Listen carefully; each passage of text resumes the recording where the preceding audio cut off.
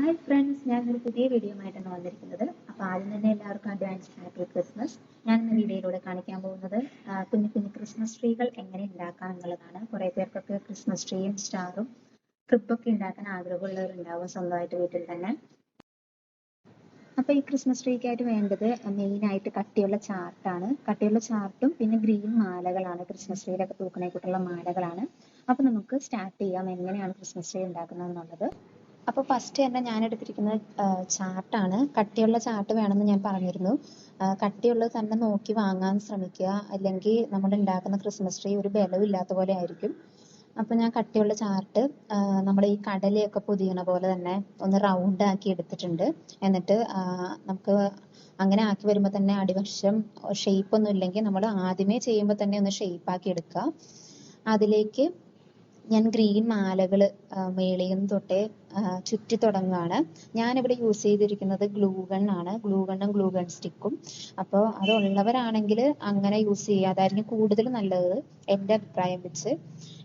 ഇല്ലാത്തവരാണെങ്കിൽ ഫെവിക്കോൾ വെച്ചാണെങ്കിലും ഫെവിക്വിക്ക് ആണെങ്കിലും നല്ലതായിരിക്കും. പക്ഷെ ഫെവിക്കോൾ ആണെങ്കിൽ കുറച്ചും കൂടി ടൈം എടുക്കും ഇത് ഡ്രൈ ആവാൻ വേണ്ടി. അപ്പം നമ്മൾ ഓരോ റൗണ്ടും ചുറ്റി കഴിയുമ്പോൾ അത് ഡ്രൈ ആവണം, പിന്നെ പിടിക്കുന്നത് ശരിയാവണം, അങ്ങനെയൊക്കെ ഉണ്ട്. ഇപ്പൊ ഗ്ലൂഗൺ ആവുമ്പോൾ നമ്മൾ ആ ഗ്ലൂഗൺ വെച്ച് ആ ഉരുകി വീഴുന്ന ആ സമയം കൊണ്ട് തന്നെ നമുക്ക് ആ മാല റൗണ്ട് ചെയ്ത് എടുക്കാൻ പറ്റും.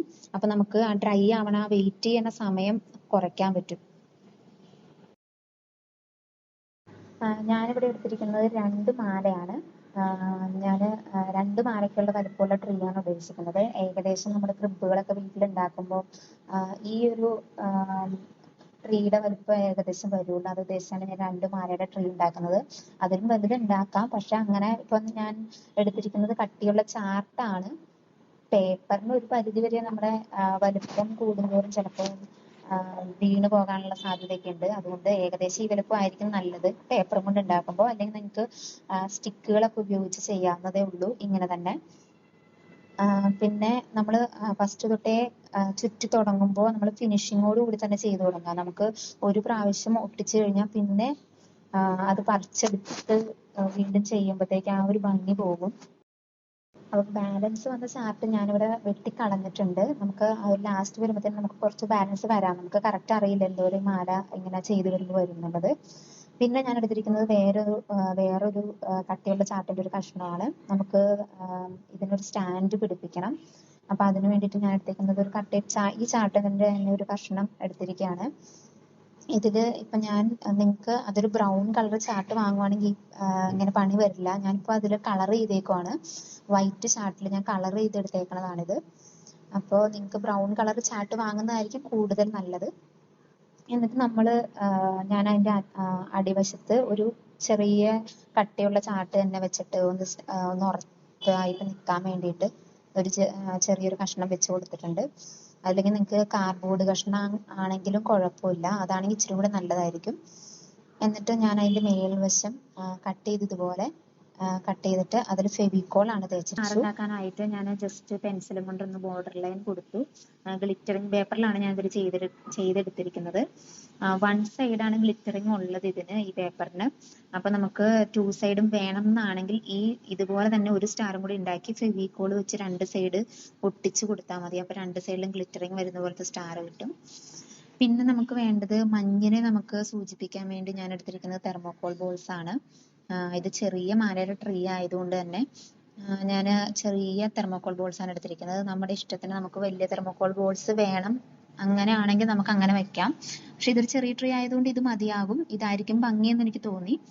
പിന്നെ അതുപോലെ സ്റ്റാറും നമുക്ക് ഇഷ്ടമുള്ളൊരു കളർ വെക്കുന്നത് നല്ലതായിരിക്കും.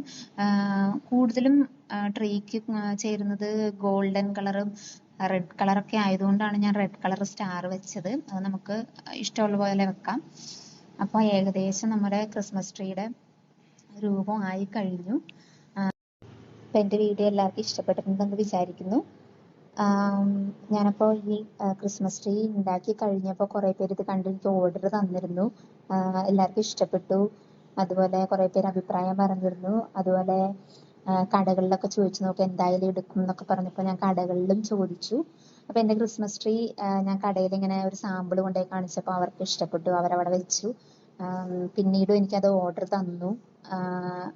അപ്പോൾ ഭയങ്കര സന്തോഷമുണ്ട്, ഞാൻ ഹാപ്പിയാണ്. അപ്പോൾ എല്ലാവർക്കും വീഡിയോ ഇഷ്ടപ്പെട്ടെങ്കിൽ ലൈക്ക് ചെയ്യണം, കമൻറ്റ് ചെയ്യണം. അപ്പോൾ എൻ്റെ ഈ വീഡിയോ ഒന്ന് എല്ലാവരും ഫ്രണ്ട്സിനൊക്കെ ഒന്ന് ഷെയർ ചെയ്യാൻ ശ്രമിക്കുക. സബ്സ്ക്രൈബ് ചെയ്യാത്തവരാണെങ്കിൽ ഇതുവരെ ഒന്ന് സബ്സ്ക്രൈബ് ചെയ്യുക. പിന്നെ കുറച്ച് സമയവും കുറച്ച് മെറ്റീരിയൽസ് ഒക്കെ ഉണ്ടെങ്കിൽ നമുക്ക് ഇങ്ങനത്തെ കുഞ്ഞു കുഞ്ഞു ക്രിസ്മസ് ട്രീസ് ഒക്കെ ഉണ്ടാക്കാം. അപ്പോൾ അടുത്ത വീഡിയോ ആയിട്ട് വരുന്നവരെ താങ്ക് യു.